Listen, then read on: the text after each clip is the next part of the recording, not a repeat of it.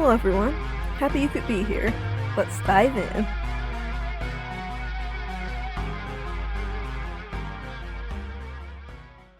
Sit at My Grave, Season 3, Ego's Death, Chapter 33. Leaves, splashed in colors of the season, crunched under determined steps. A mini staircase was climbed until the platform in front of a deep brown-colored door. The rest of the house, that looked as if it served more as a cabin, was a rich burgundy, save for the trim. Arden's hand raised up carefully, making a fist, his bags behind him. This could either be a good decision on his part, or another waste of time. He was doing what he could with what he knew, but still, he was starting to have that nagging feeling that it just wasn't good enough. He knocked and stepped back, waiting. He couldn't exactly conjure in his head how he would go about asking about the book or their family's history. He was going in as a stranger, and he was never that skilled with people. This was way out of his comfort zone, but at this point, it didn't really matter. He had to make it work. The door opened, revealing a man with tired eyes, although he put a smile on his face to greet. Of course, he defaulted to his language with his greeting. Without as much confidence, Arden greeted back, although after their initial meeting, he tried to explain that he mostly understood English. Arden? Adler? The man questioned. Yes, Arden confirmed. His eyes seemed to brighten, and he welcomed Arden in. Arden drug his luggage in behind him. The place immediately felt warmer than outside, smells of food wafting through. The shoes. Leave them aside. The voice shook Arden out of looking around the place. He begrudgingly took his shoes off, leaving them beside the door. Have a seat. Welcome to my home. My name is Oxley. I understand you're here about my father? Arden heard as he followed into the living room. Is your father Edvin? Arden questioned, taking a cautious seat. It was comforting in there, despite the circumstances. However, Arden couldn't help but be on his guard. He is? I was told you met an old friend of his. If you're here to tell him directly, I must apologize, Oxley explained with a sigh. Arden frowned. He's out right now. Visiting family, a cousin, I think, Oxley said, leaning back on his couch. Trouble worked its way into his features. I can't seem to keep him at home. He forgets his age, it seems, he exposed. Arden made a noise of aggravation, looking away. Edvin was surely no more than his son, but again, a roadblock. Had he wasted resources coming here? Do you know what time he'll be back? Arden tried to remain calm. Time? He said in a few days, but sometimes that turns into weeks. I can't stop him. He thinks he needs to be at every family event, especially ones like these, Oxley concluded. Weeks? Arden quizzed with frustration. Is it important you see him? What did Emil have to say? As far as I know, they haven't seen each other in ages, Oxley questioned, sitting up, eyeing Arden. As much as Arden wanted to just ask about everything in the family's history, he remembered Emil's warning and figured it was best to heed it this time. He just wanted to check on him. A few personal messages too, but guess there's nothing I can do about it now, Arden said, standing up. Well, if it's that important, Oxley said, rising with him. He's pretty busy visiting, and he refuses to use his cell phone, but he will be back.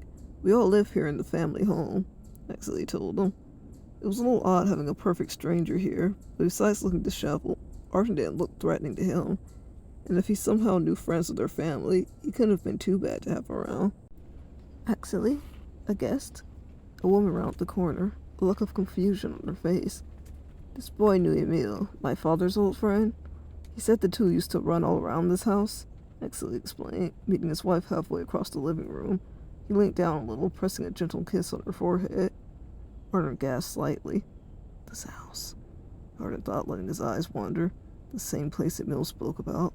That meant the study was here somewhere. If Edmund's father once possessed the Edelon Maledictio, what else could he have had in there? Arden thought.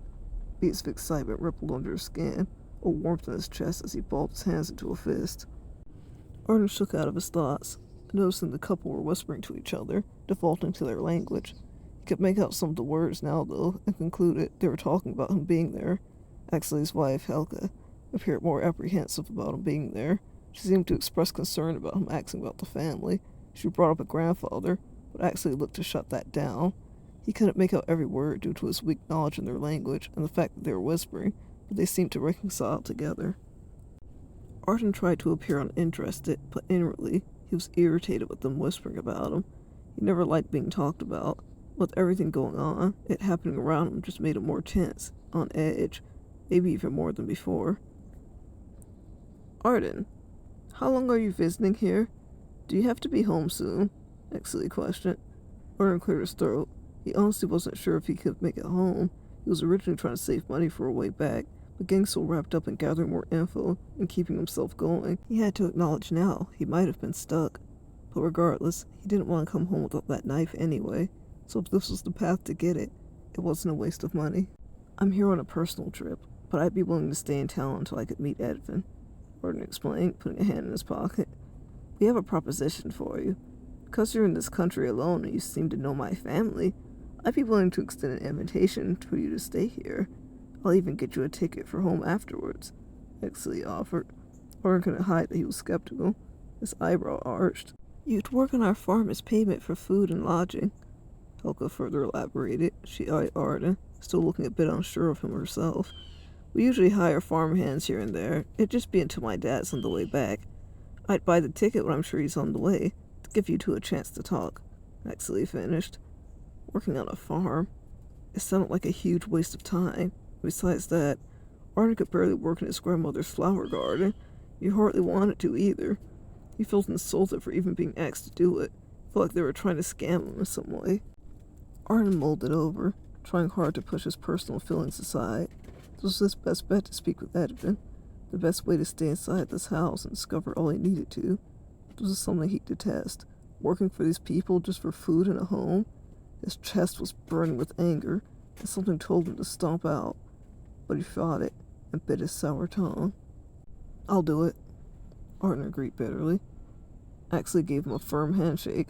It'll be an early morning job, so I hope you're an early riser.